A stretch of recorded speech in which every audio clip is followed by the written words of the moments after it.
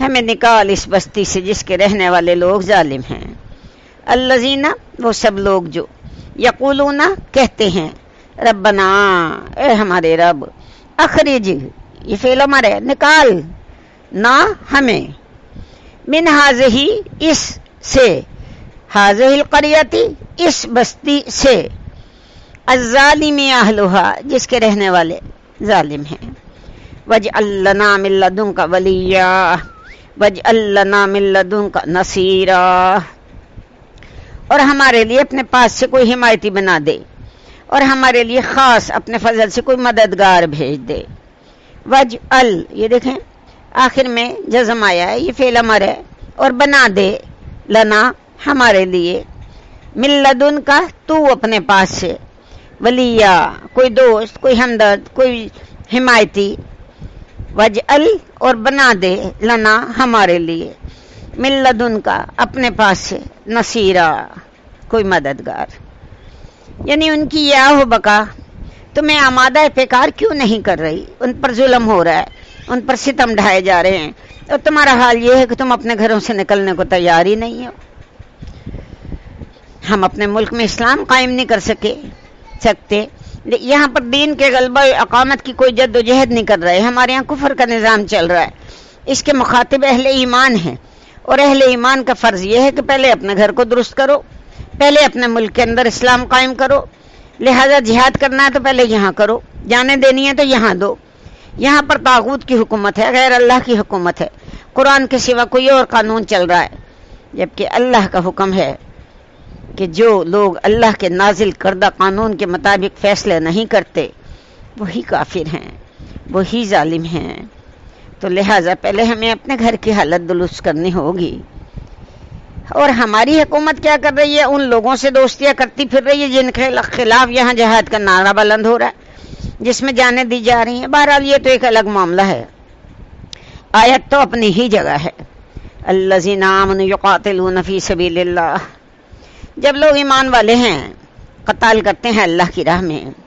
الذین وہ سب لوگ جو آمنوا ایمان لائے یقاتلون وہ لڑتے ہیں قتل کرتے ہیں قتال کرتے ہیں فی سبیل اللہ اللہ کی راہ میں. والذین کفروا یقاتلون فی سبیل اللہ اور وہ لوگ جو کافر ہیں وہ قتال کرتے ہیں طاغوت کی راہ میں.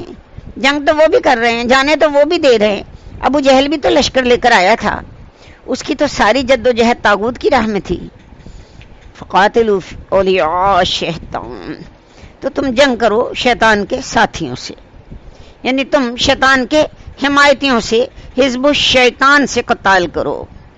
ان کید الشیطان کان ضعیفا یقیناً شیطان کی چال بڑی کمزور ہے. شیطان کی چال بظاہر بڑی زوردار بڑی باروب دکھائی دیتی ہے لیکن جب مرد مومن اس کے مقابل کھڑے ہو جاتے ہیں تو پھر معلوم ہو جاتا ہے کہ بڑی بودی اور پھسپھسی چال ہے. وآخر دعوانا ان الحمد للہ رب العالمین. صدق اللہ العظیم.